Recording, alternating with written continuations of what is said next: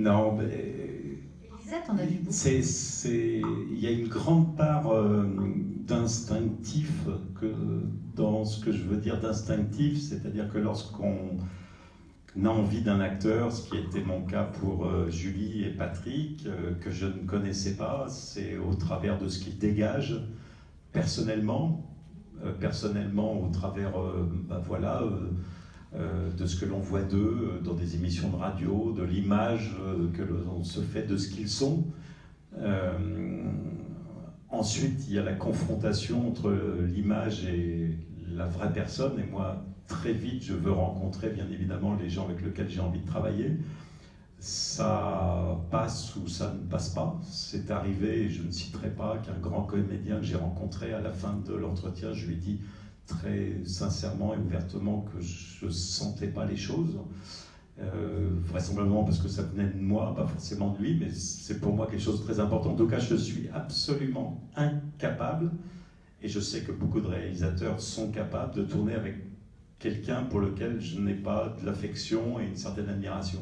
J'en suis incapable, et beaucoup plus affectivement de l'affection que de l'admiration. Donc ça, c'est très important. Donc la rencontre est très importante, et puis ensuite, bien sûr, que rentre en jeu le talent. Je parle là d'un point de vue personnel, après c'est ce que je connais des acteurs, du jeu des acteurs, de ce qu'ils, a priori, sont capables de pouvoir dégager. Donc, et puis après, il y a une part, bien évidemment, qui est difficile, c'est-à-dire que les acteurs sont très sollicités, et qu'on n'a pas toujours les comédiens qu'on souhaite. Et là, j'ai eu la chance d'avoir les 3 comédiens que je souhaitais, de retrouver François, que lui, je parle de François Cluzet, donc je connaissais au travers de ce que nous avons fait pour l'École Buissonnière, et qui est devenu un ami. Et donc, j'avais une bande formidable, avec, je le disais encore tout à l'heure, mais c'est vrai, je pense que les mots sont assez bien choisis, des monstres de simplicité. C'est-à-dire que ce soit Julie, je pense que ça se dégage au travers de ce que vous voyez ici, mais Patrick, François, c'est des gens d'une très grande simplicité qui parlent à toute l'équipe de la même façon, que ce soit le plus petit des stagiaires au chef opérateur, tout le monde est à la même place, c'est-à-dire à sa place juste pour essayer de faire un film. Et voilà, c'était vraiment une belle équipe, très belle équipe, à l'image de Julie. Il nous a fait faire le premier film éco-responsable où on avait tous donc une gourde. D'ailleurs, je me suis fait engueuler dans le train, je n'avais pas ma gourde. Et tu vas pas aller acheter une bouteille d'eau. Donc on avait tous des gourdes, on avait des fontaines, et j'ai découvert ça. Et depuis, maintenant, chaque tournage, ça se passe comme ça. Je crois qu'il y a quelque chose qui est en train de changer. Alors vous allez voir, la petite voiture, elle est merveilleuse, mais elle pollue à mort. Mais alors j'ai adoré la conduire. C'est aussi le plaisir d'être dans Alors, une fois, j'ai dit à Julie, si tu peux, sur cette séquence, quand même arriver assez vite, c'est important pour la séquence. J'ai vu une bombe arriver, un dérapage contrôlé, je freine, je sors. Donc l'image qu'elle donne dans le film, vous allez voir d'une femme assez moderne et qui porte le pantalon, elle le porte pas simplement dans le film, dans la vie aussi. Je rêvais de faire le Mans classique, et voilà, il m'a donné une vieille voiture, donc je me suis bien amusée. Donc voilà. Le tournage a duré combien de temps ? Ah, la durée du tournage, ça a duré combien de temps ? C'est 1 an et demi de travail, décomposé de la façon suivante: 6-8 mois pour la préparation, le casting, les costumes, etc. 3 mois de tournage.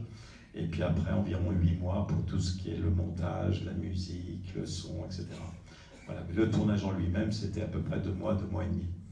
Au mois de mai, juin, qui sont la période de l'année la plus belle dans ce grand sud, le Gard et les Cévennes, tout en couleur, qui allait bien avec l'époque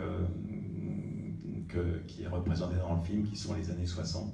Vous allez voir, les voitures ne sont pas grises comme aujourd'hui, sont pleines de couleurs. Je ne sais pas ce qui nous est arrivé en 50 ans pour qu'on soit devenu aussi triste, mais vous allez voir qu'à cette époque-là, il y avait de la couleur, il y avait de la joie, il y avait du twist. Je me suis inspirée de Sheila comme personnage pour donc j'ai la frange, c'était les yéyés, voilà, c'était assez sympathique. Et ça, c'est vraiment le plaisir aussi des films d'époque, c'est-à-dire on regardait les catalogues avec les costumiers et les pantalons qui sont la taille avec rien, pas de braguettes, c'est hyper beau. Vous allez voir, après vous allez toutes vouloir emporter, ça va être très à la mode. On va relancer. Cohabiter 3 mois ensemble. On 3 mois ensemble, en gros, on travaille 12 heures par jour, hein, même un peu plus avec la prépa, mais pour 2 minutes. Ce qu'on tourne dans une journée, en fait, à la fin dans le film, ça sera peut-être 2 minutes du film. Donc, c'est tous ces jours de boulot énorme pour arriver à faire. Après, il passe plus de temps encore à coller tous les petits morceaux de tout ce qu'il a tourné pendant le tournage. Et puis, ce qui est rigolo, c'est ensuite de voir et de refaire sa voix et de pouvoir voir ce qu'on a fait et les effets spéciaux, puisque là, il y avait des fonds verts. Pour les animaux, pour que les cascades.